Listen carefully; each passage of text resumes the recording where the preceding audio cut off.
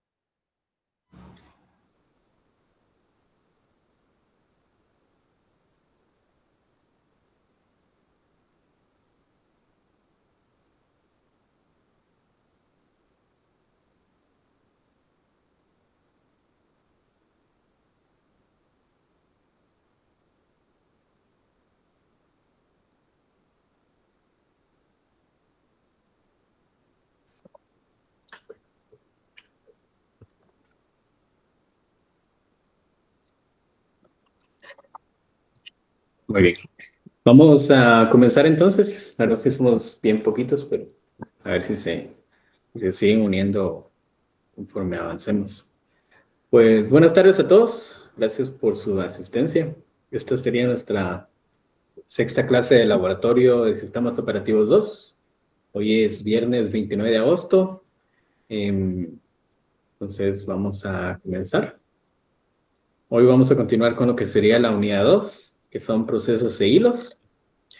Pero primero, anuncios importantes. Primera cosa, el foro de la semana.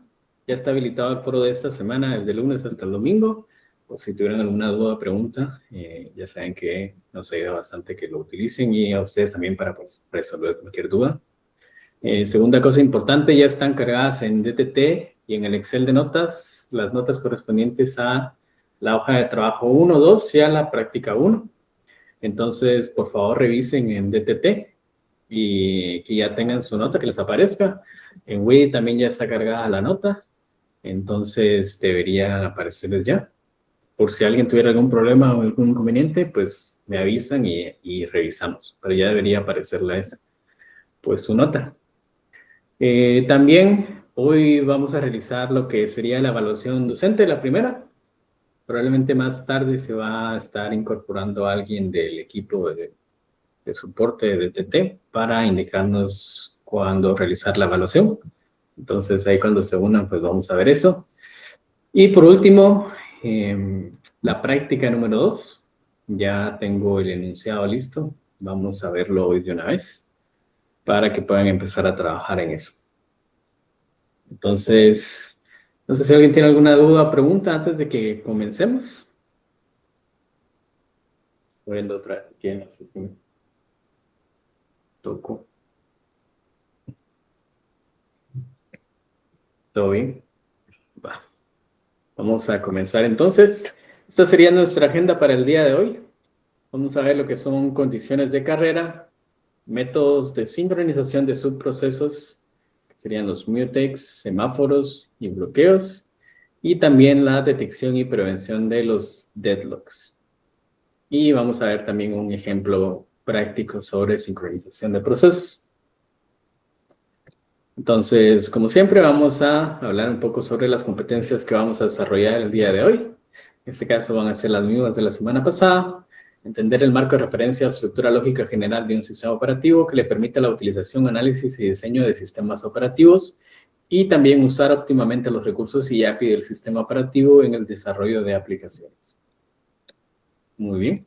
Pues vamos a entrar ahora a lo que sería la sincronización de procesos. Y como hablábamos la semana pasada, vimos ya un poco más sobre lo que eran los conceptos de procesos e hilos, cuáles eran sus diferencias y cómo se relacionaban. Y también hablamos un poco sobre las complejidades que introducían el usar los hilos pues en un programa, que obviamente traía sus beneficios, pero también traía nuevas complejidades a la hora de la lógica que tenemos que usar para programarlos. Entonces dice que un proceso cooperativo es aquel que puede afectar o ser afectado por otros procesos que se ejecutan en el sistema. Los procesos que cooperan pueden compartir directamente un espacio de direcciones lógicas, es decir, código y datos, o se les puede permitir compartir datos solo a través de archivos o mensajes. El acceso concurrente a datos compartidos puede provocar inconsistencia en los datos, por lo que se necesita de mecanismos para garantizar la ejecución ordenada de procesos cooperativos que comparten un espacio de direcciones lógicas de modo que se mantenga la coherencia de los datos. De la mano de esto viene el término que seguramente ya les es familiar a muchos, que es las condiciones de carrera. Dice que una condición de carrera ocurre cuando más de un proceso intenta acceder y modificar los mismos datos o recursos compartidos. Debido a que muchos procesos intentan modificar los datos o recursos compartidos, existen grandes posibilidades de que un proceso obtenga resultados o datos incorrectos. Por lo tanto, cada proceso corre para decir que tiene datos o recursos correctos y esto se denomina condición de carrera. Entonces, este probablemente es un concepto que no le es extraño a muchos, tal vez no lo han visto precisamente en programación, tal vez en otros ámbitos, pero eh, la razón de que se llame así, y de hecho aquí vemos la imagen donde está esta gente ahí corriendo, es justamente por la analogía de una carrera. Dice, no había visto la pregunta, dice, ¿cuándo calificaríamos la práctica 2? Igual que para esta práctica uno, para la práctica 2 se van a dar 2 semanas. Entonces, dentro de 2 semanas, siempre el día sábado, pues vamos a hacer la calificación. Vamos a ver el calendario. Estamos hablando que sería 5, el 12 de septiembre se entregaría, o sea que estaríamos calificando seguramente el 3 de septiembre, día sábado. Eh, Puede ser de que cambiemos un poco, dependiendo qué tanta gente se vaya a calificar, que yo esperaría que fueran la mayoría. Pero la verdad es que sí estuvo bien matado la calificación pasada. Sí, era bastante gente. Y la verdad es que si se dieron cuenta, sí estuve corriendo bastante ahí con algunos. Entonces, quiero ver la posibilidad de partirlo en 2 días, pero todavía no he decidido. De momento, digamos que va a ser el sábado. Estoy viendo que ahorita se va a unir la persona que viene a hacer la evaluación docente, entonces vamos a ver. Em, Buenas tardes.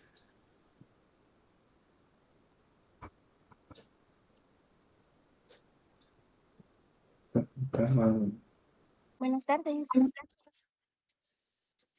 Hola, hola. ¿Me escucha? Sí, se te escucha. ¿Qué tal, compañeros? Era para informarles que ya se encuentra habilitada la primera evaluación de desempeño para este semestre hacia su tutor y esta se encuentra disponible en el portal de UTT, por lo que se les agradece que puedan realizarla y estar habilitada hasta el próximo domingo 31 de agosto. Entonces, compañeros, Steve, si pudiera hacerle a sus estudiantes 10 minutos para realizar la evaluación y mostrar la respectiva disciplina de la actividad en el horario, por favor. Muy bien, muy bien. Entonces, compañeros, vamos a dar los 10 minutos para que puedan realizar lo de la evaluación docente. Aquí.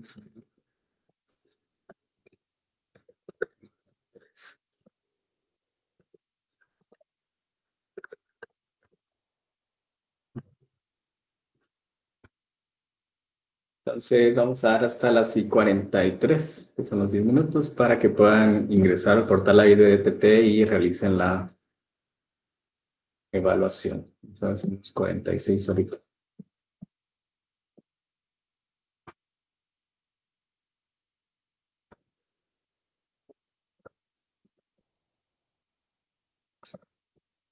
Y en lo que lo van haciendo, pueden escribir ahí su nombre y número de carnet en el chat para que yo lo vaya anotando aquí en la asistencia.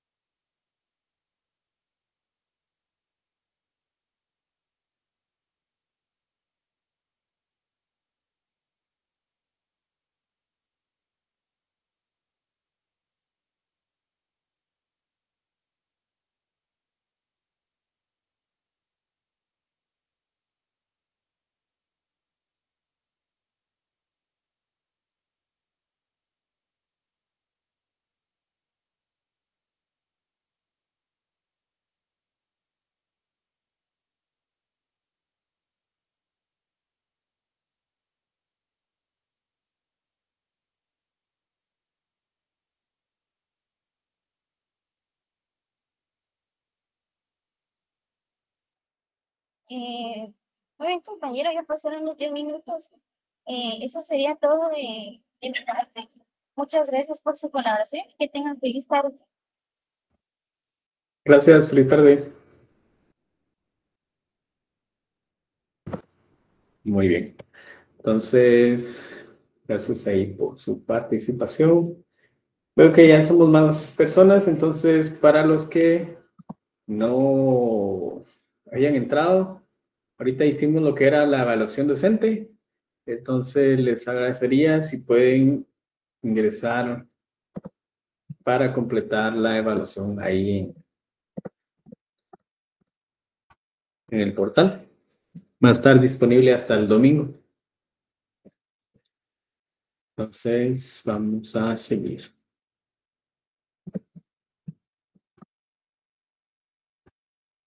Muy bien.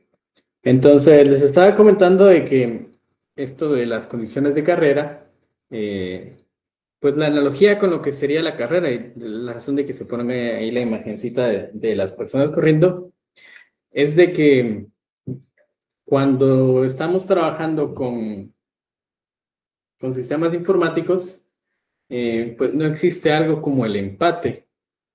Si dos procesos intentan modificar un recurso al mismo tiempo, no es que los dos lo van a poder hacer al mismo tiempo, uno de los dos va a llegar antes. ¿Y qué va a suceder?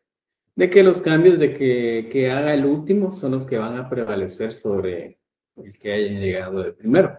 Entonces, a esto es a lo que se refiere justamente la condición de carrera. Obviamente hay muchas más variantes y otros casos más específicos, pero generalmente de eso se trata, de que ya sea que yo estoy tratando de modificar un recurso desde varios hilos o procesos, o bien estoy viendo un recurso al mismo tiempo de que éste se está modificando. Entonces, ¿qué es lo que va a suceder? De que yo voy a leer, voy a tener en memoria cargada un valor que yo pienso que mi programa tiene como si fuera el valor más actualizado, cuando realmente otro proceso ya lo modificó y ya no es el valor que yo tengo. O peor aún, si yo leí ese valor que ahora ya está desactualizado y lo uso para generar nueva información y volver a modificarlo, pues ahora ya no solo leí información desactualizada, sino que estoy actualizando y colocando nueva información con esa información desactualizada. Entonces, eh, en simples palabras, pues puros problemas. Y eso lo que nos genera en nuestro programa es ambigüedad. Ambigüedad en el sentido de que un programa que yo ejecute varias veces no siempre me va a dar el mismo resultado. ¿Por qué? Porque no siempre vamos a tener que tal vez el proceso A modificó antes que el proceso B o viceversa, y eso pues genera esa ambigüedad. Entonces, una solución que se le da a esto, bueno, no solución, pero esta sección donde un proceso modifica esta información se le conoce como sección crítica. Dice, considera un sistema que consta de n procesos, procesos 0, 1 hasta n-1, donde cada proceso tiene un segmento de código llamado sección crítica, en el que el proceso puede estar cambiando variables comunes, actualizando una tabla, escribiendo un archivo, etc. La característica importante del sistema es que cuando un proceso se ejecuta en su sección crítica, no se permite que ningún otro proceso se ejecute en su sección crítica. Entonces, la sección crítica, más allá que algo que nosotros podemos definir, es más un concepto. Entonces, cualquier momento en el que nuestro proceso, programa, intente modificar o acceder a variables que comparte con otros procesos o hilos, esa parte, ese fragmento del código es lo que nosotros vamos a considerar como sección crítica.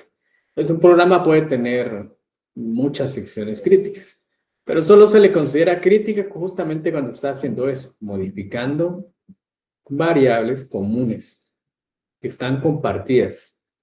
Si no están compartidas, no se le considera sección crítica porque no está modificando nada que pueda causar conflictos con otros hilos o procesos.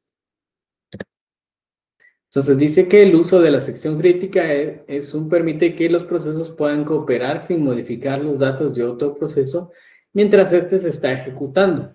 Cada proceso debe solicitar permiso para ingresar a su sección crítica. La sección de código que implementa esta solicitud es la sección de entrada. La sección crítica puede ir seguida de una sección de salida y el código restante es la sección restante. Entonces podemos ver aquí en la imagen que tenemos un ciclo do while y tenemos una sección crítica. Entonces el proceso entra y sale de esa sección crítica y todo lo demás pues ya se considera código restante.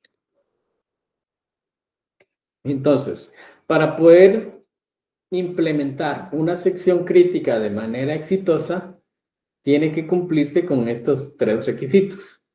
El primero y probablemente el más importante es la exclusión mutua. Dice que si el proceso P se está ejecutando en su sección crítica, entonces ningún otro proceso puede ejecutarse en su sección crítica.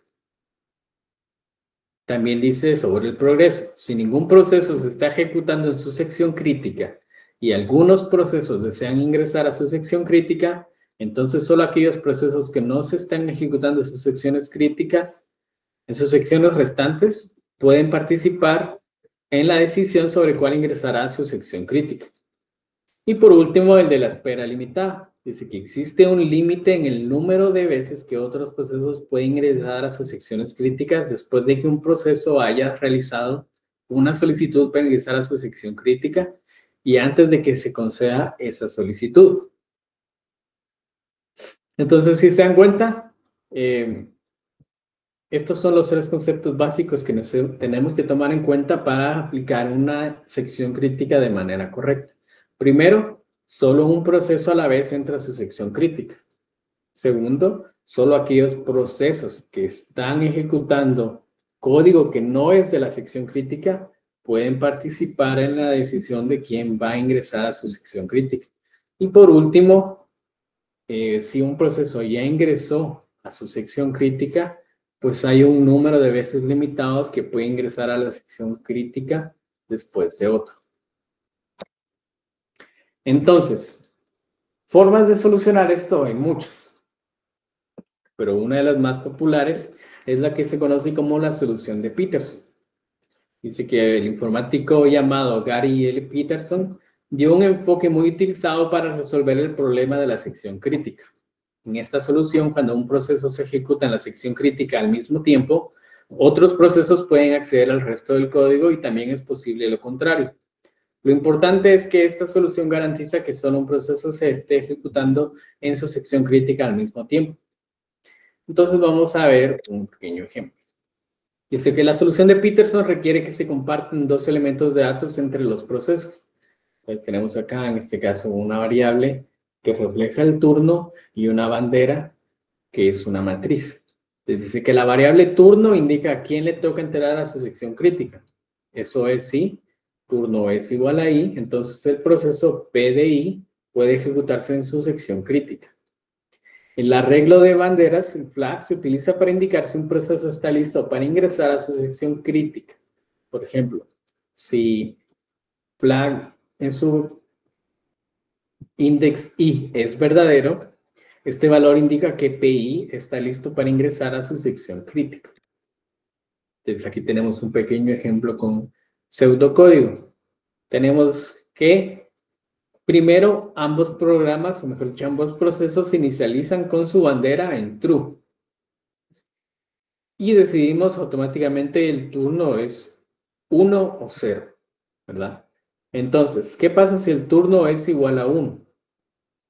Verificamos la bandera, que es true. Esto significa que el programa tiene intención de ingresar a su sección crítica. Y aparte, es el turno de 1. Entonces, ahí le toca esperar. Si no fuera el caso, entonces este programa puede ingresar a su sección crítica. Y como ya ingresó a su sección crítica, entonces cambia automáticamente su bandera de intención de ingresar a la sección crítica a falso. Y eso pues adentro de un ciclo solo para que se entienda el concepto de que eso puede pasar más de una vez. Luego tenemos en el proceso 2 Tenemos que el proceso 1 está o tiene la intención de ingresar a su sección crítica, pero es el turno de 0. Entonces, en ese caso se hace de igual manera la validación del otro proceso. Dice que si la bandera del proceso 0 es igual a true y el turno es igual a 0. Entonces, de ser el caso, pues le toca esperar y se queda ahí esperando hasta que las variables sean verdaderas ambas, y si no, pues entra a su sección crítica. Entonces, esa es la idea que propuso este señor, el Gary Peterson, sobre cómo resolver, pues, qué procesos o hilos ingresaban a la sección crítica y en qué momento. Pues, si se dan cuenta, es un algoritmo bien simple, pero bastante efectivo. Entonces, dice que vamos a ver también un ejemplo sobre cómo funcionaría el flujo de un programa, considerando si tuviera la sincronización de procesos y si no. Pues dice que el comportamiento de add A, que es una función, es independiente del comportamiento de add B y por lo tanto no tiene problemas para ejecutarse de manera concurrente. Entonces dice que tenemos primero la variable A con valor 2, la variable B con valor 3, luego sumamos a la variable A y luego sumamos a la variable B y terminan con valores 4 y 5. Como la función AA lo único que hace es manipular a la variable A y a B a la variable B, pues no se cruzan en ningún momento y no hay ningún problema. No importa cuál se ejecuta primero o cuál se ejecuta después.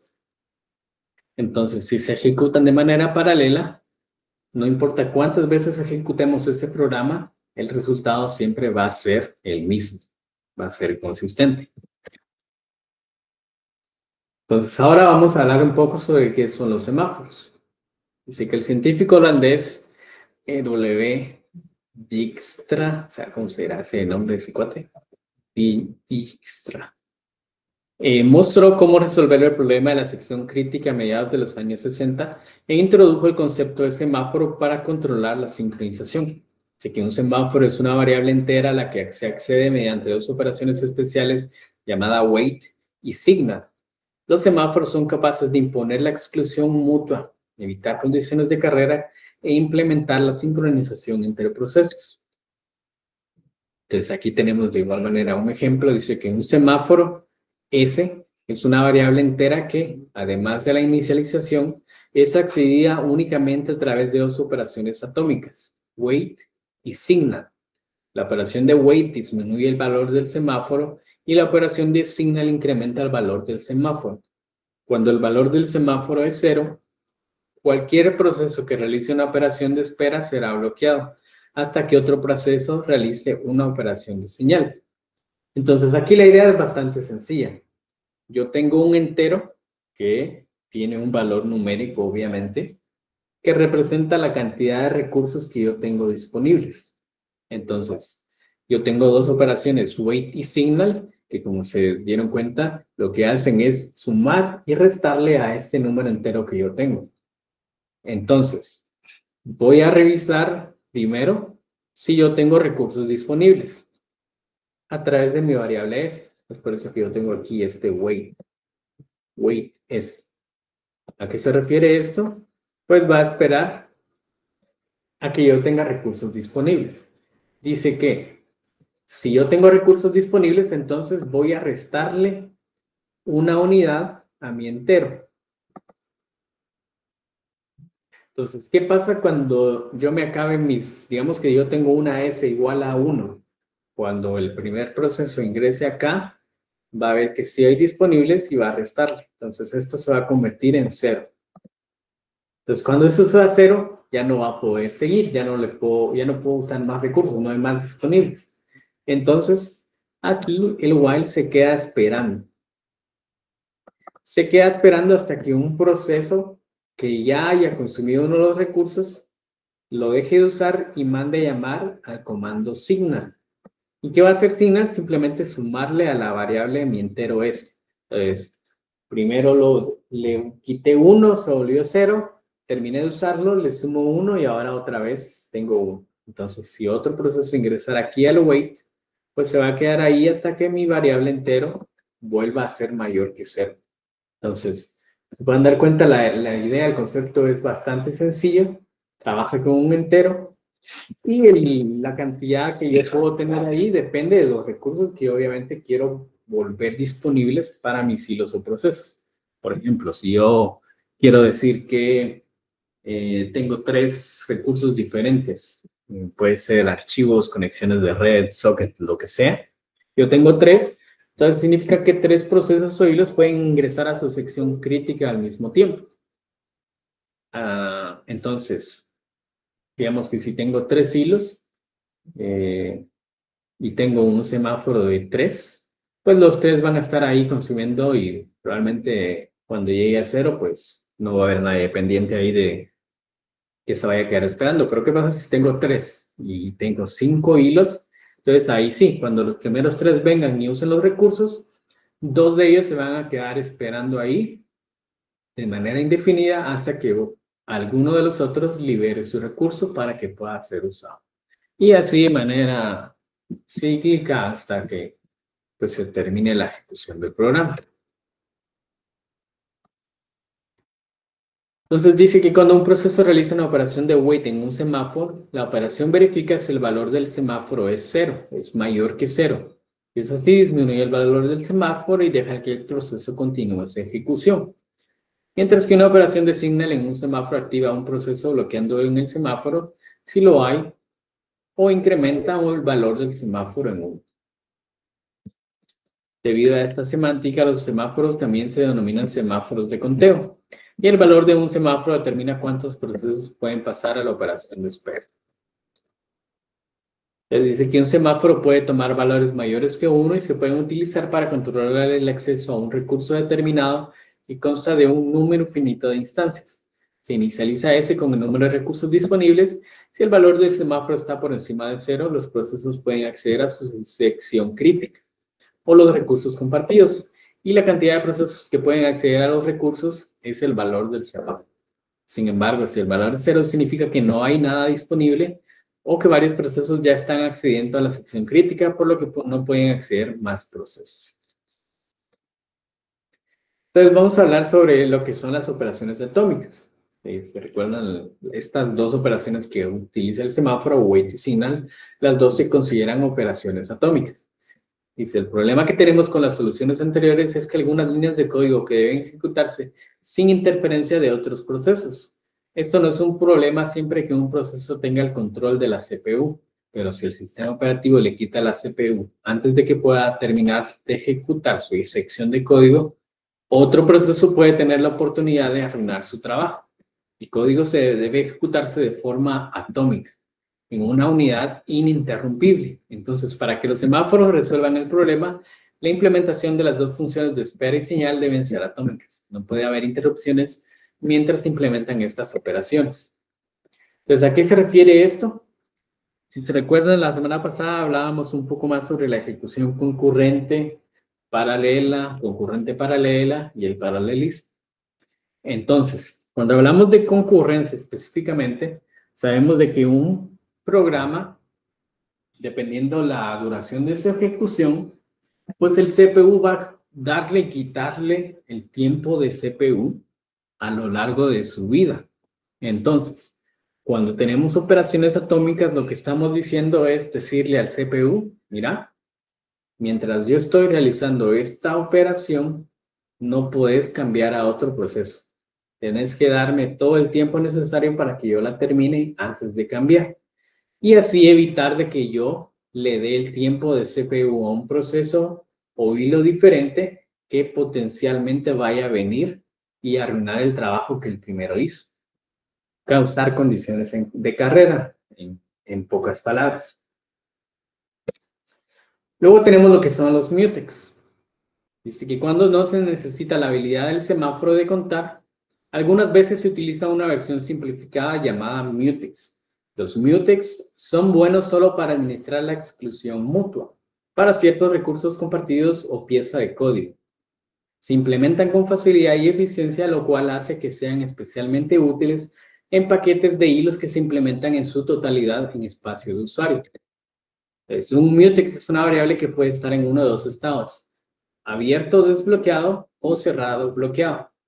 Se utilizan dos procedimientos con los mutex. Cuando un hilo o proceso necesita acceso a una región crítica, llama a la función mutex lock. Si el mutex está actualmente abierto, lo que significa que la región crítica está disponible, la llamada tiene éxito y el hilo pues simplemente entra en su región crítica. ¿Qué pasa si el mutex está cerrado o bloqueado? Pues el hilo que hizo la llamada se bloquea, se queda ahí y se queda esperando de manera indefinida hasta que el mutex quede liberado. Una vez se libera, pues ese mismo proceso llama a mutex un lock para capturar el mutex y poder entrar a su propia región crítica. Si hay más de un proceso o hilo que están tratando de ingresar a su sección crítica, se selecciona uno al azar y se permite que adquiera el mutex. Entonces, de la mano de lo que son estos conceptos, vamos a ver ahora lo que sería el concepto de deadlocks.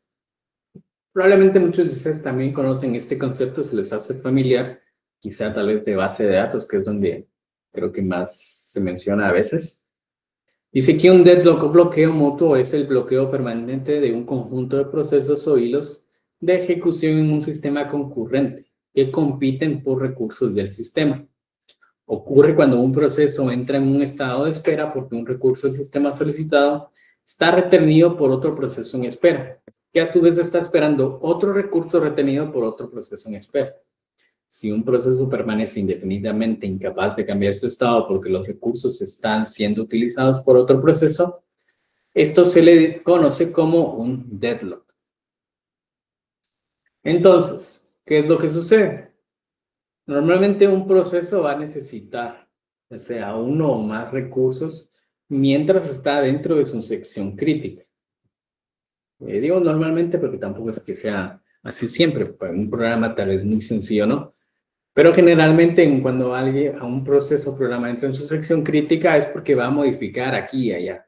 Entonces puede ser de que necesite más de un recurso. Y puede ser de que esos uno o más recursos también, algunos o todos de ellos incluso, sean usados por otro proceso o hilo. Entonces, ¿a qué se refiere esto de deadlock? Pues básicamente dice que yo tengo un proceso 1 y un proceso 2. Y cada uno de ellos tiene un recurso bloqueado, mientras que está esperando que otro recurso que ya está siendo bloqueado por un segundo proceso se libere. Y entonces se genera una especie de cadena, porque este proceso 1 tiene el recurso A bloqueado. Este recurso que tiene bloqueado lo necesita el proceso 2. Pero el proceso 2 ya tiene también un recurso bloqueado que lo necesita el proceso 1. Entonces, los dos tienen solo la mitad de lo que necesitan y la otra mitad la tiene bloqueado el otro proceso. Entonces, ¿qué pasa? Pues se quedan ahí esperando de manera infinita hasta la eternidad, hasta que se queden sin batería, hasta que se acabe la humanidad o caiga un meteorito, no sé. Se quedan ahí esperando para siempre. Entonces, esto es lo que se conoce como un deadlock. Entonces, dice que puede surgir un deadlock si las siguientes condiciones se cumplen. 4 condiciones se cumplen. Exclusión mutua. 2 o más recursos no se pueden compartir. Retener y esperar. Un proceso retiene al menos un recurso y espera recursos. No hay preferencias. Así que no se puede tomar un recurso de un proceso a menos que el proceso lo libere. Por último, la espera circular. Conjunto de procesos que se esperan unos a otros en forma circular. Entonces, bueno, ya vimos qué problema causan los deadlocks. Ahora, ¿cómo los solucionamos? Dice que en términos generales podemos resolver el problema del punto muerto en una de 3 formas. Primero, se puede usar un protocolo para prevenir o evitar bloqueos asegurando que el sistema nunca entrará en un deadlock. ¿A qué se refiere? Bueno, una validación. Si yo quiero un recurso que un proceso ya tiene bloqueado, pues me aseguro de no bloquear el mío hasta que ese esté disponible. Obviamente se puede volver fácil, rápidamente muy complejo si estamos hablando de muchos recursos y o muchos hilos o procesos. Lo segundo es de que podemos permitir que el sistema entre en un estado de deadlock, detectarlo y recuperarse. ¿A qué se refiere esto? Bueno, en lugar de validar antes de, yo valido después de. Estoy activamente buscando procesos que se han quedado o entrado en un deadlock y decir, bueno, voy a resolver el deadlock quitándole el recurso que ya bloqueó este proceso y con eso lo resuelvo. Y por último, ignorar. Se puede ignorar el problema por completo y pretender que los deadlocks nunca ocurren en el sistema.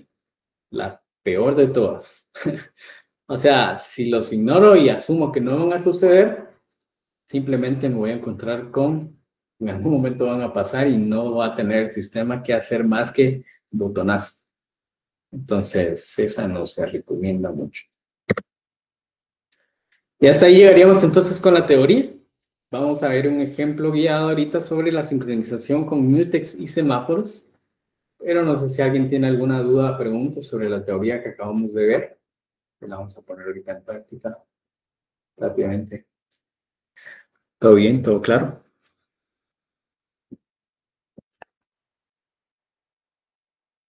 Muchas gracias por confirmar. Muy bien, vamos a pasar entonces al ejemplo práctico, pero antes de, voy a molestarlos con que enciendan su cámara solo un minutito mientras tomo la captura de pantalla para la asistencia del día de hoy. Pueden, por favor, encender su cámara, hacer solo un minutito.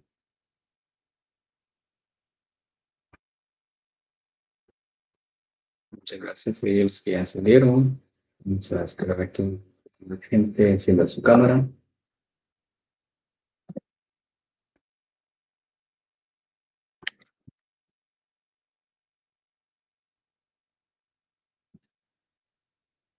Bien, bien, bien. Por favor, si pueden encender ahí su camarita, se va a hacer un minutito.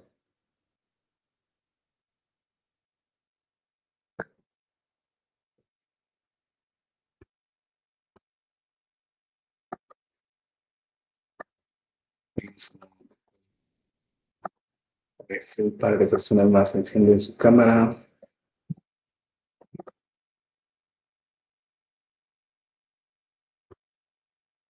Enciéndala, enciéndala, nadie va a juzgar en donde estén.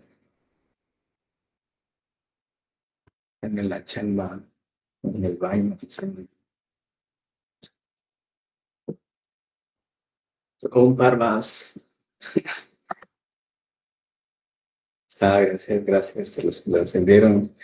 Muy bien, vamos a tomar la foto.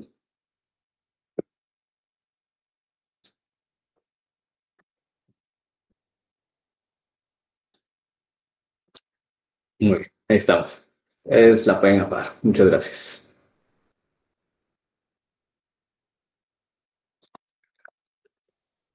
Muy bien, vamos a ver entonces el ejemplo del día de hoy. Voy a compartirles mi pantalla.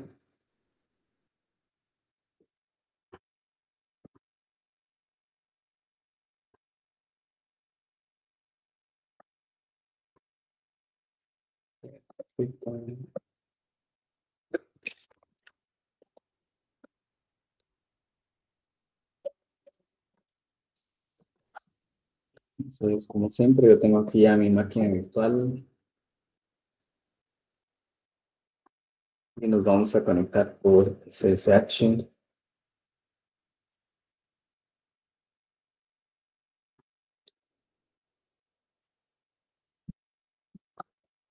Como que le tengo que cambiar la IP a esta cosa porque estoy conectando desde otro Wi-Fi.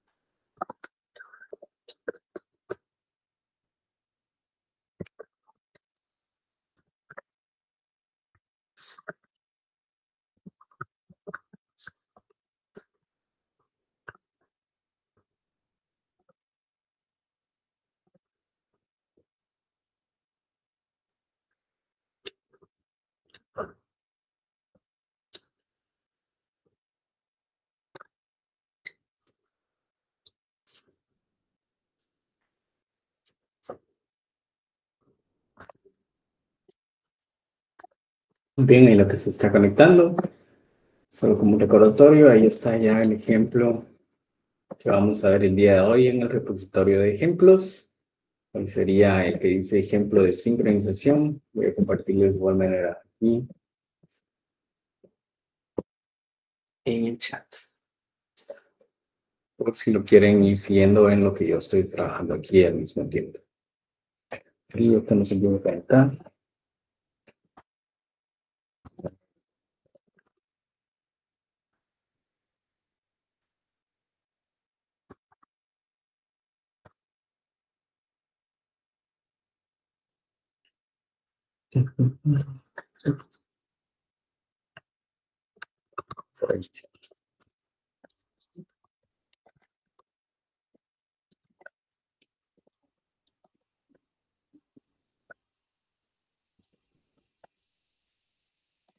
Sí, estoy conectado.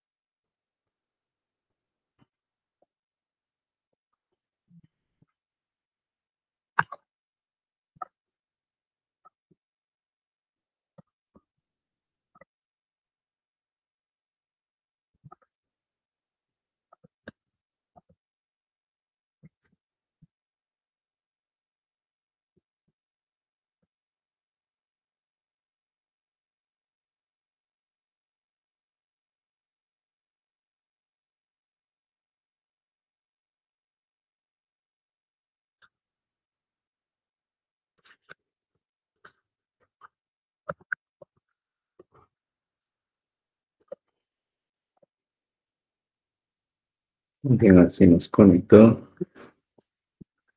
Vamos a ver nuestra carpeta de ejemplos. Ejemplos. Estamos.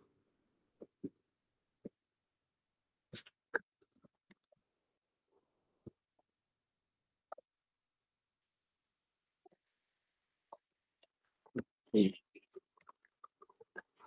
organización. Entonces, ¿qué es lo que vamos a ver hoy? Vamos a ver primero un ejemplo sobre los mutex y un ejemplo sobre semáforos. Entonces, vamos a empezar con el del mutex, que es el más sencillo. Entonces, haciendo un poco de memoria de lo que acabamos de ver, un mutex lo que hace es simplemente exclusión mutua. Solo un proceso puede acceder a los recursos a la vez. Entonces, ¿qué es lo que voy a hacer? Bueno, primero voy a incluir mis librerías de siempre.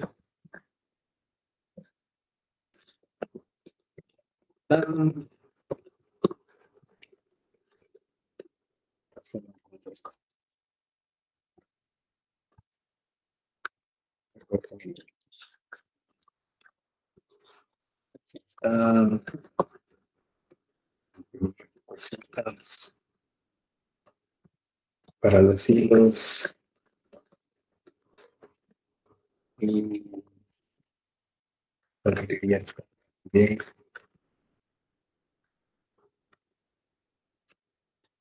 Y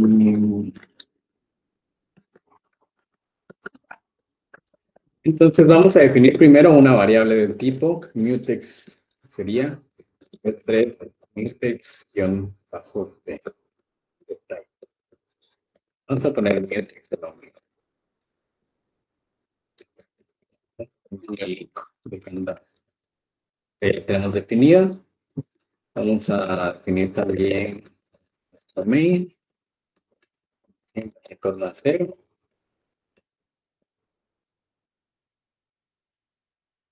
Y entonces vamos a necesitar, primero que nada, inicializar nuestro mutex. ¿Cómo lo hacemos? Pues llamando a la función mutex init, y es parte de nuestra librería Pthread, pues le vamos a pasar aquí la referencia de nuestra variable tipo mutex. Con esto ya la inicializamos. Luego vamos a crear dos hilos para poder hacer la simulación de procesos. Entonces vamos a hacer un pthread create y inicializamos la variable de los hilos. Entonces vamos a crearlas primero también. Vamos a poner aquí pthread type de unidades. Pthread create. Pasamos la referencia en nuestro T1, ninguna configuración adicional, y vamos a poner aquí la función thread, que no la hemos definido, pero ahí está. Y vamos a poner de nombre hilo. Vamos a hacer lo mismo para el hilo número 2. Y desde luego tenemos que esperar a que estos hilos terminen, si no nuestro programa va a salir de la ejecución antes de lo que queremos. Ahí está. Entonces, inicializamos el mutex, creamos nuestros hilos, esperamos a nuestros hilos, y una vez que los hilos terminaron su ejecución, entonces liberamos dos recursos del mutex, haciendo un thread mutex destroy. Y le pasamos siempre la referencia de nuestro. Y con eso termina la ejecución de nuestro programa. Pues vamos ahora a definir la función que le estamos pasando a nuestros hilos. Se llama thread, y como siempre es del tipo puntero genérico. Escribe un puntero genérico que nosotros vamos a convertirlo en un puntero para saber cómo será su valor. Entonces tenemos el nombre del hilo y vamos a hacer un sprint para saber qué es lo que está sucediendo. Entonces tenemos aquí inicio, porcentaje S para el string y un cambio de línea para que se vea. Le ponemos el nombre. Luego lo vamos a mandar a dormir durante 4 segundos. Y luego vamos a decir que ya terminó.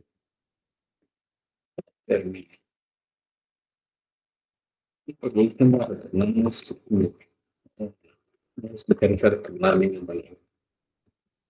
entonces, si se dan cuenta, hasta este momento no hemos usado el mutex para nada. Entonces, ¿dónde es que lo tenemos que utilizar? Aquí, esta parte es lo que nosotros vamos a considerar nuestra sección crítica. Entonces, aquí fin, acá inicio. Entonces, aquí arriba, antes de y después de, podemos hacer cualquier otras cosas, pero en esta sección crítica, nosotros queremos asegurarnos que solo uno de los hilos ejecute lo que está en su sección crítica a la vez. Ambos hilos van a ejecutar la misma función, entonces ambos van a entrar a esta sección.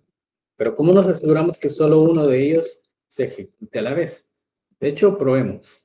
Vamos a ver qué pasa si yo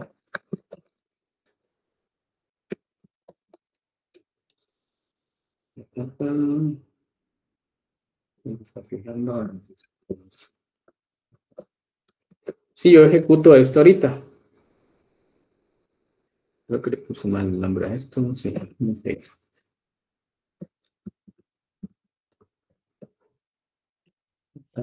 Y le puso mal. Entonces, ¿qué pasa si yo ejecuto esto? Me dice inicio hilo 2, inicio hilo 1. Los dos se duermen 4 segundos y luego me dice termina hilo 2, termina hilo 1. O sea, los dos se ejecutaron más o menos como al mismo tiempo. ¿Por qué? Porque pues mi computadora tiene más de un núcleo. Y porque yo no me aseguré, o sea, inicialicé el mutex, pero no hice nada con él. Entonces, en este caso, pues no hubo ningún problema, pero lo único que yo hago es mandar unos logs, unos pins a la consola. Pero ¿qué pasa si aquí hubiera algunos cálculos importantes que necesitan ejecutarse solamente uno a la vez para no causar condiciones de carrera? Pues yo tengo que, entonces ahora sí, bloquear y liberar el mutex de acuerdo a las operaciones que yo voy realizando. Entonces, ¿qué es lo que voy a hacer? Voy a usar pthread mutex lock y le paso la referencia de mi mutex. Entonces, aquí bloqueo el mutex y en ese preciso instante ningún otro programa va a poder bloquear el mutex hasta que venga yo y haga un pthread mutex lock. Y de nuevo le paso la referencia a mi mutex. Entonces, ¿qué es lo que va a suceder? Ambos hilos van a venir y van a tratar de ejecutar a pthread mutex lock. Pero solo uno de ellos, no sé cuál, eso va a ser más o menos aleatorio. Solamente uno de ellos va a lograr bloquear el mutex. El otro, cuando lo intente bloquear, se va a dar cuenta de que ya está bloqueado y se va a quedar aquí esperando. Se va a quedar aquí, justamente en este punto. Se va a quedar esperando. El primer hilo que sí logró entrar va a venir, va a imprimir esto, va a esperar 4 segundos, termina y luego va a liberar el mutex. En el preciso instante que yo libere el mutex, el segundo hilo que ya había llegado aquí, pero que llegó tarde, llegó segundo, pues va a continuar y va a ejecutar su sección crítica y luego va a liberar el mutex de nuevo. Entonces vamos ahora sí a compilarlo otra vez. Lo ejecuto y ahora sí veo que dice inicio hilo 1, va a terminar el hilo 1 y automáticamente inicia el hilo 2. Y termina el hilo 2. Entonces ahora pasaron de ejecutarse de manera paralela a ejecutarse de manera secuencial. Si se dan cuenta, empieza primero el hilo 1 y luego el hilo 2. Puedo hacerle que tiene que ver únicamente el momento en el que yo creé los hilos. Si fueran muchos más hilos, probablemente ahí sí hace un poco más aleatorio el momento en que se ejecuta uno el otro. Entonces se estarán preguntando, pero ¿y por qué si lo que estoy haciendo ahora es ejecución secuencial? ¿Por qué uso hilos? ¿Por qué no simplemente vengo yo y hago esto 2 veces? Bueno, el punto es de que la sección crítica generalmente abarca una solo parte de todo lo que yo voy a hacer en la ejecución de mi código.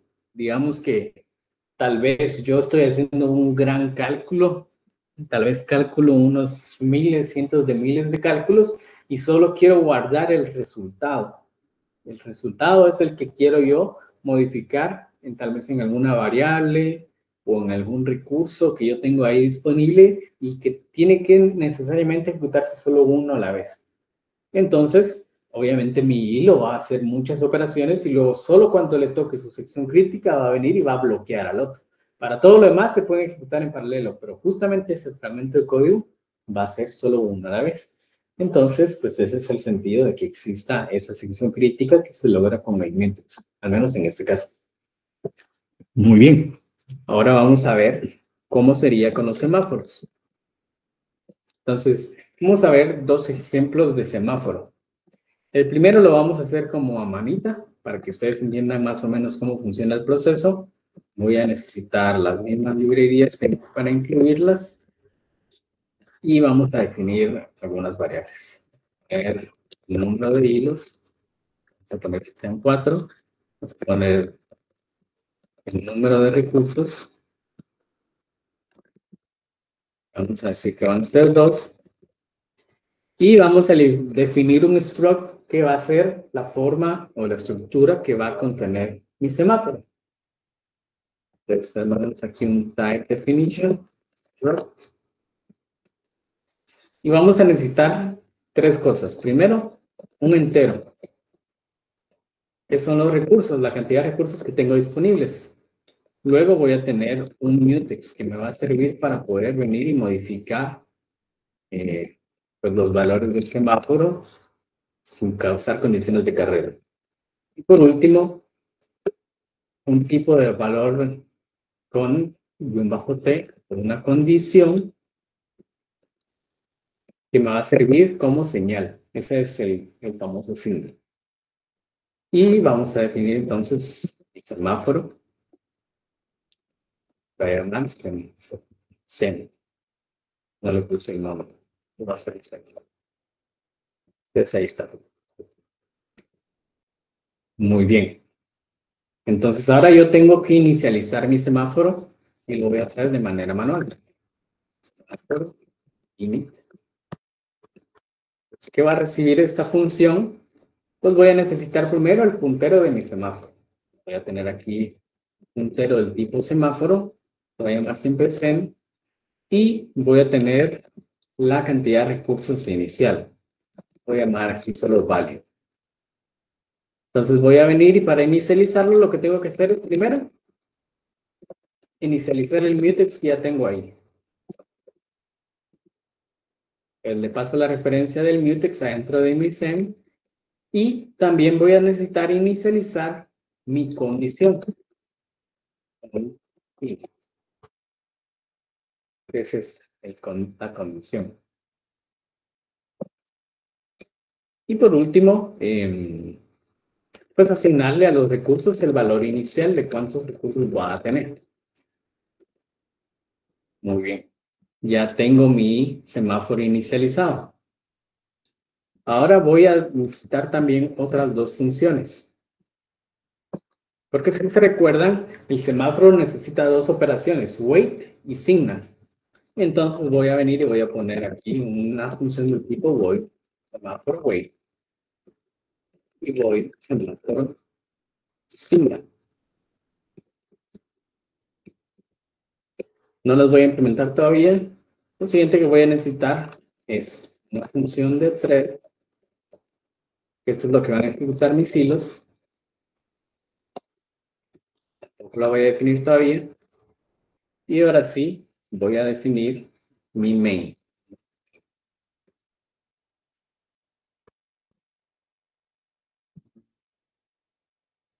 Esto.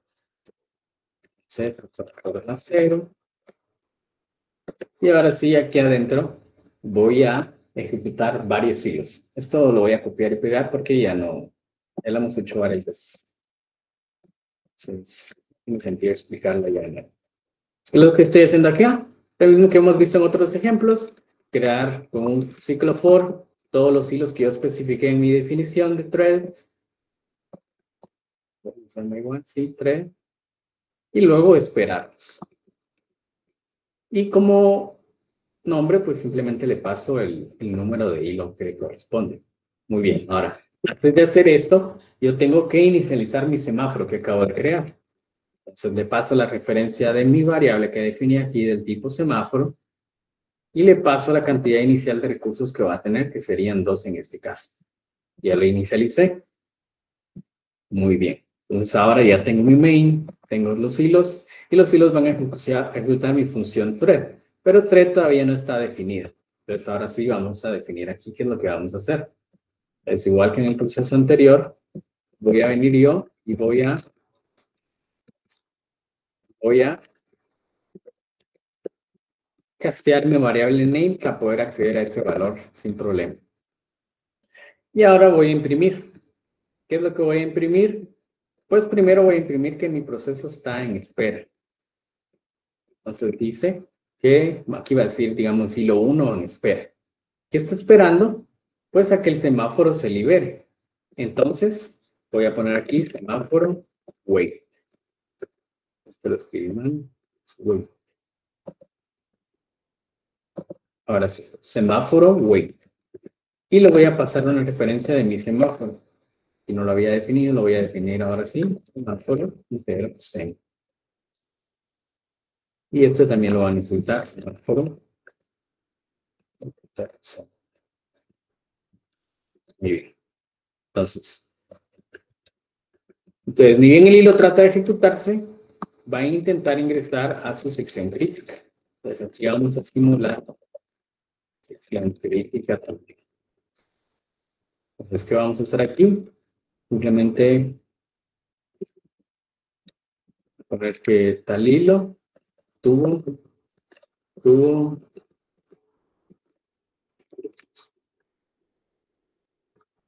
luego nos dormimos por 3 segundos y ponemos aquí liberó recursos. Una vez liberado, mandamos a llamar al semáforo signal y retornamos null. Entonces, Cuando el hilo se inicia la ejecución, viene y sabemos que el hilo va a necesitar un recurso para utilizarlo. ¿En qué? No sabemos en qué, porque solo es una simulación, pero necesita un recurso para ejecutarse. Entonces viene y usa wait para tratar de reclamar un recurso. Si no hay recursos disponibles, se va a quedar ahí esperando. Si lo hay, pues nos va a imprimir que obtuvo un recurso. Y una vez que lo terminó de utilizar, pues lo libera llamando a semáforo signal. Muy bien, ahora sí vamos a implementar nuestras funciones wait y signal. Entonces, dijimos que para wait lo que tenemos que hacer es primero ver si tenemos recursos disponibles. Si tenemos recursos disponibles, restamos 1 y le damos viaje a nuestro proceso que pase. Si no tiene recursos, se tiene que quedar ahí esperando hasta que tengamos recursos. Entonces, ¿qué es lo que vamos a hacer? Primero, vamos a llamar al mutex lock en nuestro mutex del semáforo. ¿Por qué? Porque necesitamos leer el valor de recursos. Queremos saber cuántos tenemos. Entonces, si yo no bloqueo el mutex, algún otro hilo podría venir y modificarlo mientras yo estoy leyéndolo. Entonces, puede ser de que me dé un falso positivo, ya sea de que tengo recursos o de que no tengo. Entonces, tengo que bloquear el mutex para decirle, ningún otro proceso intente revisar esa variable ahorita. Entonces, ahora ya tengo bloqueado el mutex. ¿Qué es lo que voy a hacer? Voy a decir que while recursos sea menor o igual a 0.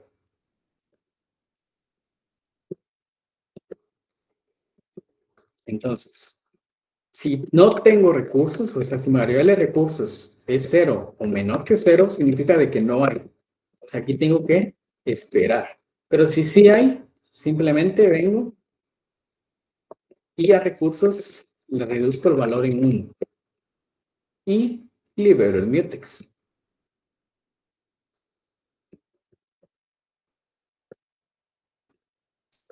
Ahí está. Entonces le resto 1 y libero el mutex. Libero el mutex para que otro proceso pueda venir y repetir este proceso, ver si hay disponibles o no. Ahora, ¿qué pasa si no tengo recursos disponibles? Tengo que esperar.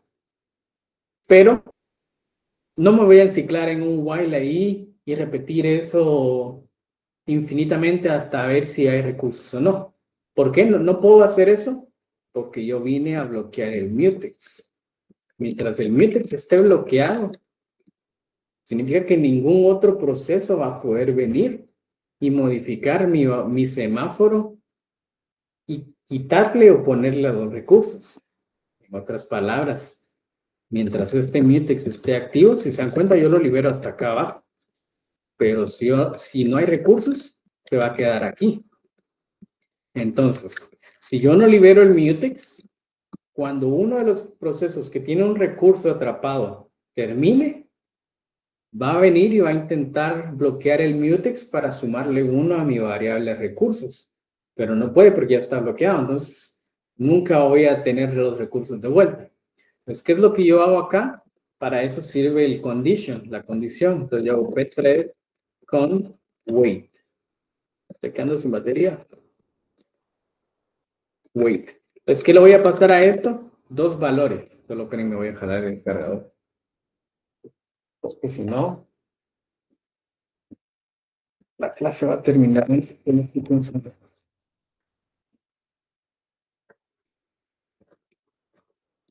Bien, ahí estamos. Entonces, ¿qué es lo que hace este condition wait? Le paso 2 valores. Primero le paso mi condición, o sea, la variable con que yo definí antes, condición. Y le paso el mutex. Entonces, al momento de que yo llamo esta función, automáticamente se libera el mutex. Pero el programa no avanza. Se queda esperando. Se queda esperando hasta recibir una señal de la variable condición. Entonces, libera el mutex. Cualquier otro proceso de hilo puede venir y hacer lo mismo. Tratar de ver si hay recursos. No hay recursos. Libera el mutex. También se queda esperando. ¿Pero qué se quedan esperando? A que condición reciba una señal. ¿Y quién va a enviar esa señal? Pues otro hilo cuando llamen a semáforo signal. Entonces ahora vamos a definir esta función.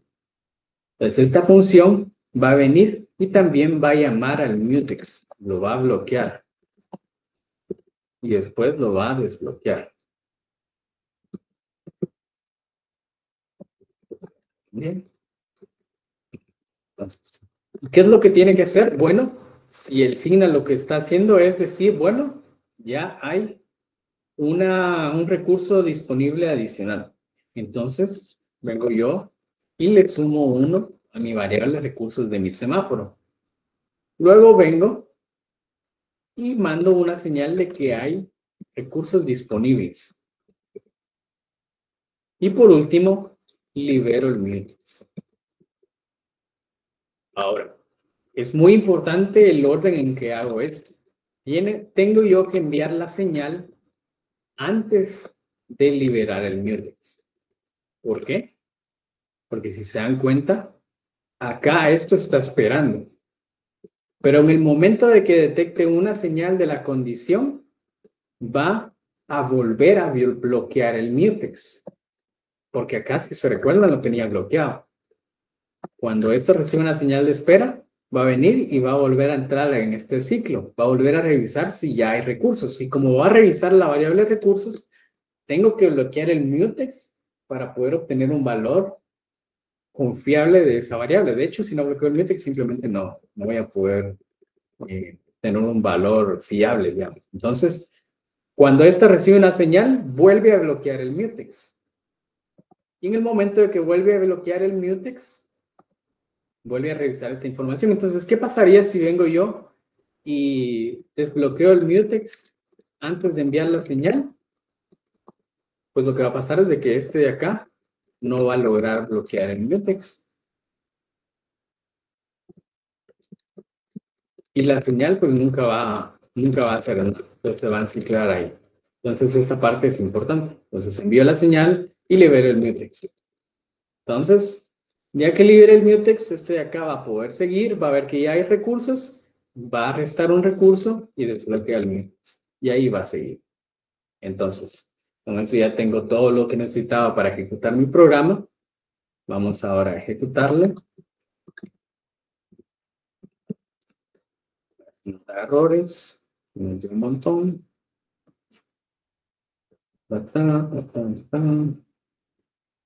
Vamos a ver.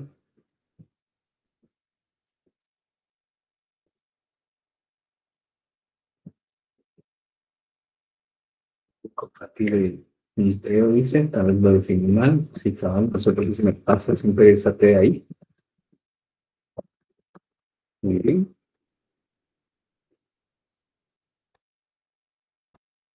Vamos a ver, creo que no le puse el nombre que era aquí. Mi función 3. Cabal, le puse observar.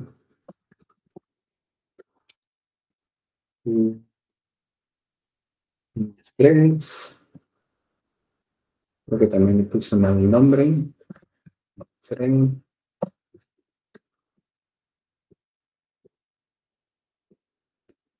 Sí, puse el plural también.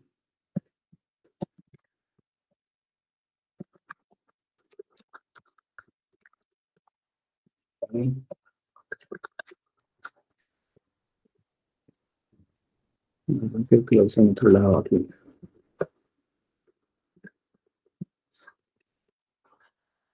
Muy bien, ahora sí. Entonces ejecuto semáforo y vea. El hilo 0 y el hilo 2 obtuvieron recursos. El 3 se quedó en espera. Luego el hilo 1 también en espera. El 0 liberó. El 2 liberó. El 3 obtuvo recursos. El 1 también. Y luego el 3 y 1 liberaron. Ya se dan cuenta, ahí fue ya la ejecución. Fue en paralelo porque dos procesos obtuvieron recursos a la vez, mientras que dos se quedaron en espera. Luego, cuando los dos liberaron, los siguientes dos obtuvieron recursos y así, pues ya pudieron ejecutarse todos los hilos o procesos. Entonces, si se dan cuenta, esta es una implementación un poco más completa, digamos, manual, de cómo funcionan los hilos. Yo lo ejecuté, yo tuve que hacerlo todo a mano. Entonces, ahora vamos a ver una segunda forma, pero ahora usando una librería que ya existe llamada semáforo. Entonces, voy a copiar la definición de mi thread, porque esa no me interesa, perdón, escribirla. Entonces, esto es lo que hace mi hilo. Va a venir y vamos a definir el main. 0. Voy a declarar aquí una variable del tipo sem-t que viene de mi librería semáforo. Se va a llamar S. Y ahora en mi main entonces voy a venir y como siempre voy a inicializar mis hilos. Voy a usar 4. Voy a inicializar primero mi semáforo usando sem-init. Le paso la referencia de mi semáforo y le paso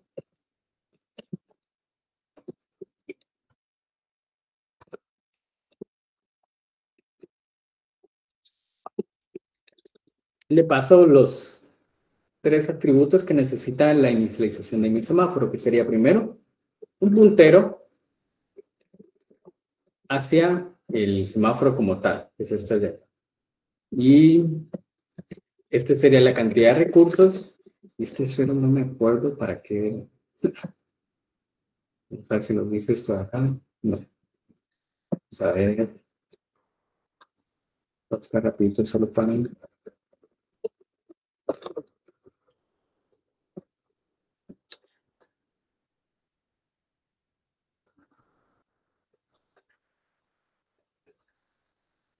Así. Entonces, este segundo es una bandera. Entonces dice que vamos a decidir si este se comparte entre hilos o entre procesos. Entonces, si yo le mando 0, solo pueden ser usados por hilos del mismo proceso. De lo contrario, puede compartirse a través de procesos, a través de entre programas. Y el 3, como les decía, es la cantidad de recursos que va a tener ese semáforo. Este es igual al semáforo, 0 es igual al mismo proceso y 3 el mismo. Muy bien, ya lo inicialicé. Al finalizar, tengo que liberarlo. Entonces, mando a llamar a sem-destroy y la referencia siempre a mi semáforo. Ahora sí, vamos a definir, vamos a ver aquí el código de mi hilo, que ahora es ligeramente diferente. Entonces, es mucho más simple. ¿Por qué? Porque cuando mi hilo intente ingresar a su sección crítica donde necesita recursos, lo único que tiene que hacer es venir y llamar a sem-wait. Hacer lo que tenga que hacer y luego llamar a sem-post, que este es el equivalente de semáforo signal que hicimos nosotros manualmente. Entonces, este pide recursos y este los libera. Y eso es todo. Eso es todo lo que tenemos que hacer. Ya la librería se encarga de hacer todo lo que hicimos manualmente antes. Entonces, lo vamos a probar ahora. Vamos a cambiarle este a 2 para que sea igual que lo hicimos la vez pasada. Entonces,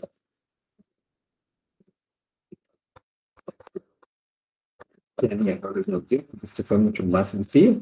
Lo que ejecutamos, inició el hilo 1 y 3, terminó 3 y 1, luego iniciaron 2 y 0 y terminaron 2 y 0. El orden cambió un poquito, pero la lógica de ejecución fue exactamente la misma que el anterior ejemplo. Entonces, así es como funcionan los semáforos. Si se dan cuenta, la idea es bastante sencilla. La lógica que funciona tampoco es nada compleja. Y si usamos la librería, pues es aún más sencilla. No sé si alguien tiene alguna duda o pregunta sobre cómo funciona el mutex o los semáforos. ¿Tengo claro?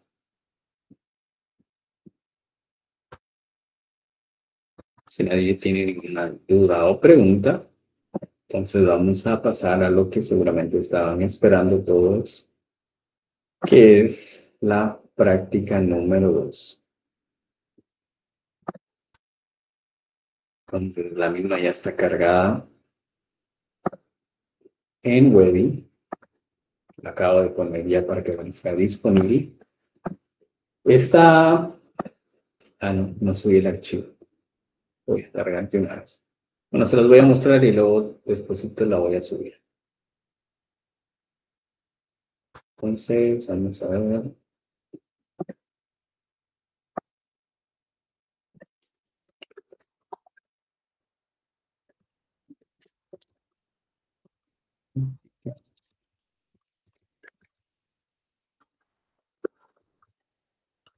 Sí, esa cosa.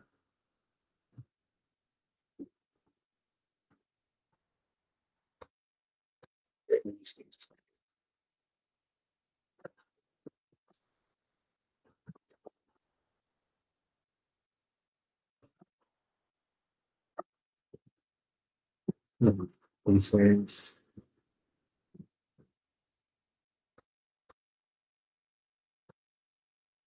muy bien. Entonces aquí tenemos ya el enunciado de la práctica número 2, que lleva por nombre hilos, concurrencia y paralelismo. Esta práctica vale 10 puntos, tiene un tiempo de ejecución aproximado de 20 horas y vamos a saltar lo que es la parte de las competencias, porque ya son las mismas de la vez pasada. Objetivos: dice comprender e intervenir en la estructura del sistema operativo Linux mediante la creación de llamadas al sistema que permitan gestionar la captura de pantalla y los cambios de resolución de kernel hacia el espacio del usuario, aplicando conceptos de hilos, optimización y gestión de memoria. Específicamente, vamos a analizar el código fuente de Linux, implementar las nuevas llamadas al sistema en C y aplicar pues, los conceptos de ejecución concurrentes, sincronización utilizando hilos tanto en el kernel cuando sea posible como en el espacio de usuario, cuando sea necesario. Entonces, ahora sí, la descripción del enunciado dice: en esta práctica el estudiante deberá modificar el kernel de Linux para implementar 3 nuevas llamadas al sistema que permitan realizar acciones directas relacionadas con la interacción con un entorno gráfico del sistema. Este proyecto simula funcionalidades de monitoreo de pantalla útil en sistemas de escritorio remoto, herramientas de accesibilidad o sistemas de monitoreo remoto. Entonces, al igual que la práctica pasada, vamos a ejecutar 3 nuevas llamadas al sistema. Aquí tenemos la descripción de las 3 nuevas llamadas al sistema. La primera dice sys capture screen.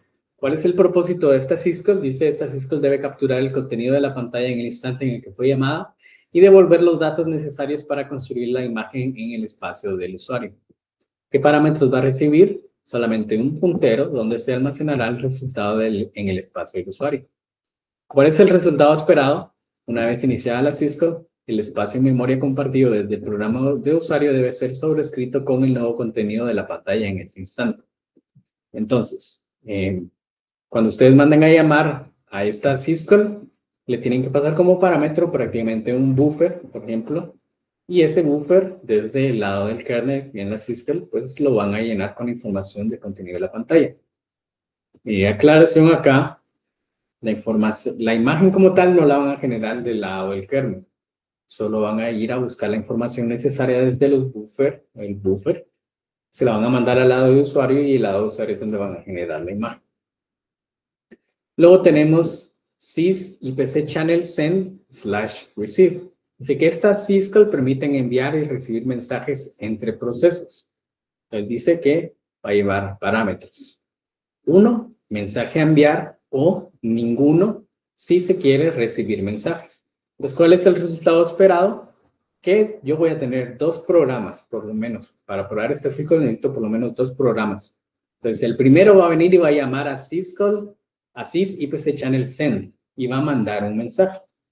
Mientras que en el otro programa voy a mandar a llamar a sys ipc channel receive. De hecho, tengo que llamar a receive primero, o si no, pues no va a esperar nada. Entonces se necesitan estos 2 programas y el primer programa recibe el mensaje que le envió el segundo programa. Cada llamada al sistema para recibir mensajes permite recibir solo un mensaje. Los mensajes enviados deben entrar en una cola hasta que un proceso los consuma. Si 2 programas intentan recibir un mensaje a la vez, solo hay un mensaje en la cola, solo uno de ellos lo va a recibir. Entonces, si los 2 intentan recibir el mensaje a la vez, no es que el mensaje se vaya a duplicar, sino que solo uno de los 2, el que haya llegado primero, digamos, pues lo va a recibir. Y por último, el sys start log watch y sys stop log watch. Y se dan cuenta, aquí dice la descripción de 4, pero en realidad muy similar a estas que son enviar y recibir. Esta lo que hace es iniciar y detener. Entonces podrían ir de la mano, pero para que quede un poquito más claro yo las separé. Entonces dice que sys_start_log_watch. Propósito de esta syscall debe monitorear una lista de archivos, idealmente .log, que es lo que vamos a usar como ejemplo, y detectar si alguno de los logs contiene una palabra específica. Todos los logs que cumplan la condición deben escribirse en un nuevo log centralizado. Entonces, ¿qué parámetros va a recibir primero? Una lista de rutas de archivos que vamos a monitorear, porque puede ser más de uno. De hecho, seguramente va a ser más de uno. Luego, la ruta del archivo donde vamos a escribir esos logs que capturamos. Y tercero, la palabra que queremos monitorear. Entonces, al llamar a esta syscall, nos va a devolver un identificador único que sirva para detener el monitoreo. O sea que lo podemos iniciar más de una vez y nos va a devolver ID 1, luego ID 2, 3. La idea es que sean únicos. Entonces, ¿cuál es el resultado esperado? Cuando yo inicie la syscall, para observar diferentes logs, digamos que le mando el kernel.log, no sé, cualquier log del sistema, o incluso un txt, no tiene que ser necesariamente .log. Al final, el .log es solo una extensión para identificar que son logs, pero al final es puro texto. Entonces, si yo mando una nueva línea de log a cualquiera de los archivos que estoy monitoreando, y ese log lleva la palabra que yo estaba monitoreando, entonces voy a venir a agarrar ese log específico y lo voy a insertar en mi nuevo log centralizado. En ese log yo lo voy a insertar como el log que le dio origen, o sea, el nombre de ese archivo .log, la palabra que la activó y el log como tal, el contenido del log que capturé. Y luego la sys_stop_log_watch, lo único que va a recibir como parámetro es el ID único que me devolvió la primera llamada al sistema, y lo que va a hacer es detener ese monitoreo. Entonces, si yo inicié aquí un monitoreo de 2 archivos, me devolvió el ID número 5, y luego ya lo quiero detener, pues lo detengo mandando a llamar a la sys_stop_log_watch con el parámetro 5. Y este me va a devolver un valor. Si lo detuvo correctamente, va a devolver 0, que no hubo ningún problema. Si hubo algún problema, va a devolver un código de error. Ustedes pueden elegir cualquier código que ustedes quieran. ¿Y cuándo va a suceder un error? Si yo le mando un ID que no existe, o que nunca existió, o que sí existió, pero ya se detuvo, no lo puedo volver a detener, entonces ahí daría un error.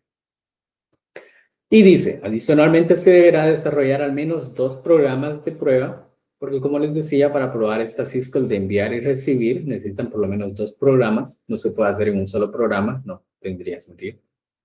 Técnicamente se podía, pero no tendría sentido. Entonces, al menos 2 programas en espacio de usuario que permitan probar las 3 llamadas al sistema, tanto para activar y detener el monitoreo de logs, para enviar y recibir mensajes entre procesos, y para recibir el contenido de la pantalla, procesarlo y guardar la captura de pantalla en un formato de imagen. El formato de imagen lo dejo como se les haga a ustedes más fácil, puede ser JPG, PNG, como sea. Media vez sea un formato de imagen que podamos visualizar. Por último, la documentación es exactamente la misma instrucción para la práctica 1. Trabajar el kernel es algo complejo, difícil de entender. Van a tener que documentar el proceso que siguieron para construir estas llamadas al sistema. Y los problemas que se han encontrado, por lo menos 3, documentar problemas que se encontraron durante la creación de esas 3 nuevas llamadas al sistema o durante la compilación del kernel. Nota importante, eso está descrito también más abajo en la parte de la rúbrica.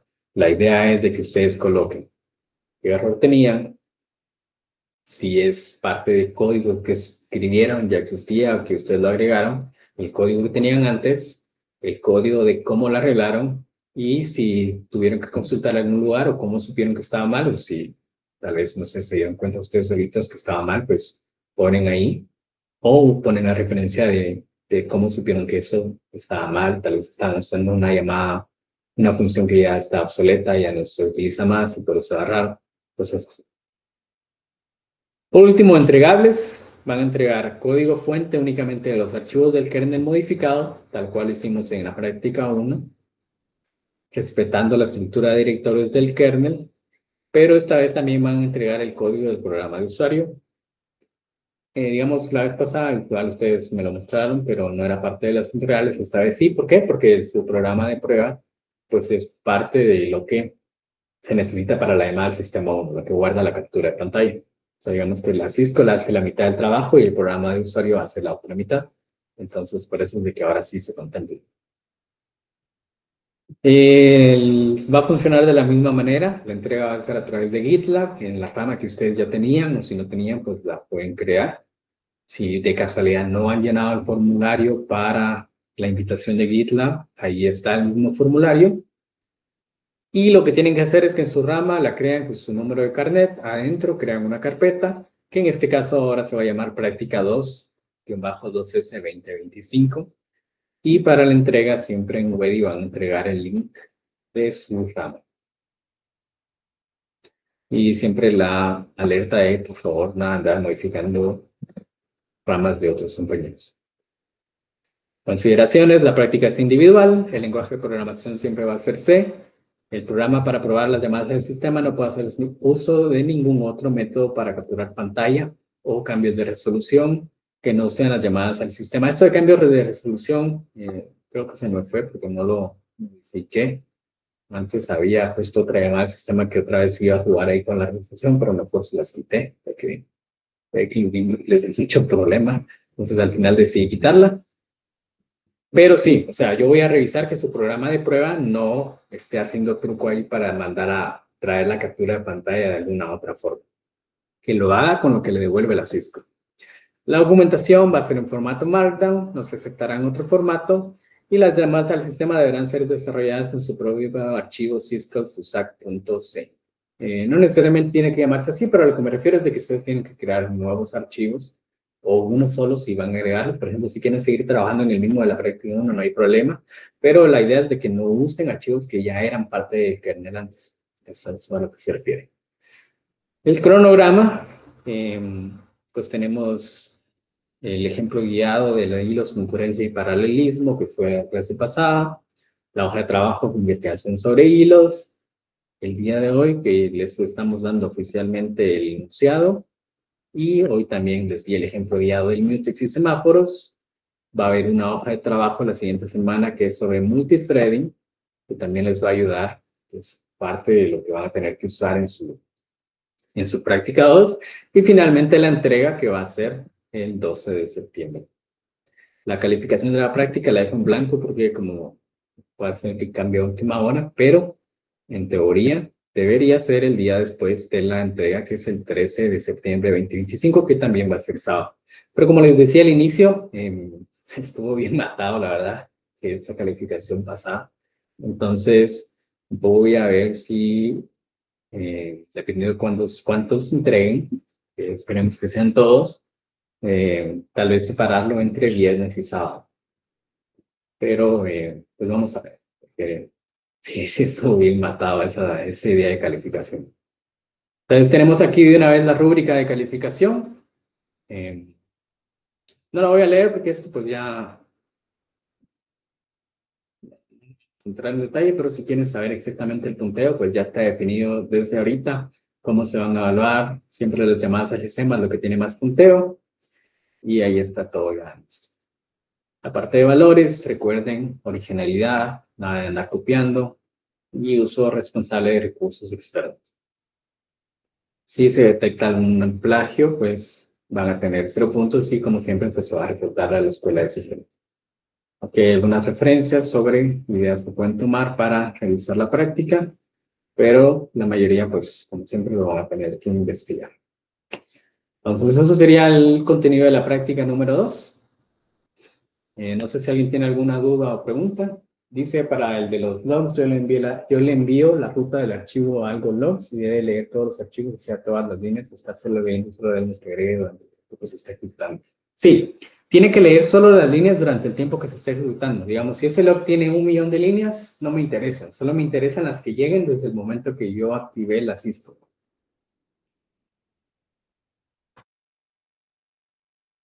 Entonces, ¿alguien tiene más dudas?